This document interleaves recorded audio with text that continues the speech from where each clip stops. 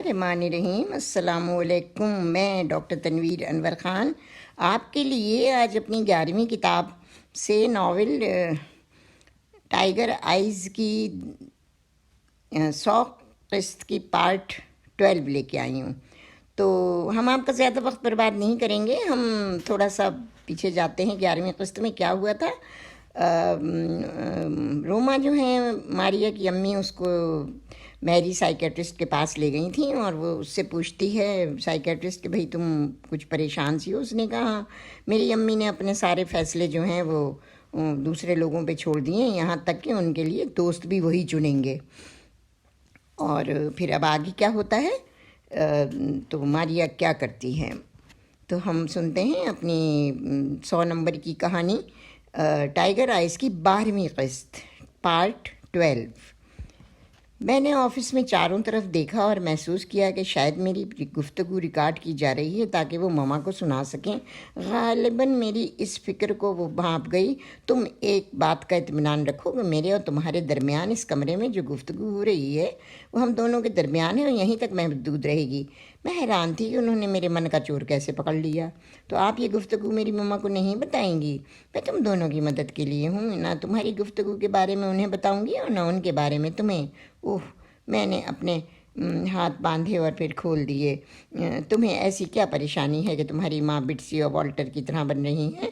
دیکھیے وہ دونوں ہر چیز سے خوفزدہ رہتے ہیں، جیسے کہ وہ مجھے اسکائنگ نہیں کرنے دیتے، ڈرائیونگ نہیں کرنے دیتے۔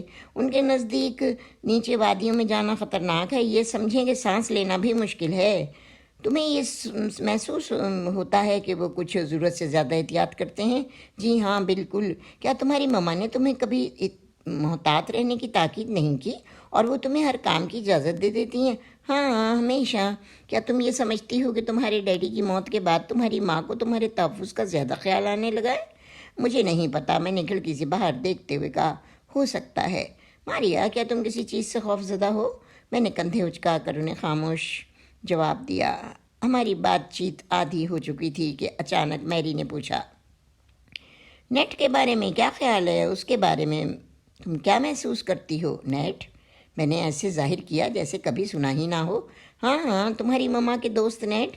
اوہ، آپ ان نیٹ کی بات کر رہی ہیں؟ ہاں، میں انہیں زبردستی مسلط ہونے والا سمجھتی ہوں اور مجھے اس بات کی پرواہ نہیں ہے کہ آپ یہ میری بات ماما کو بتا دیں، کیونکہ یہ بالکل سچ ہے۔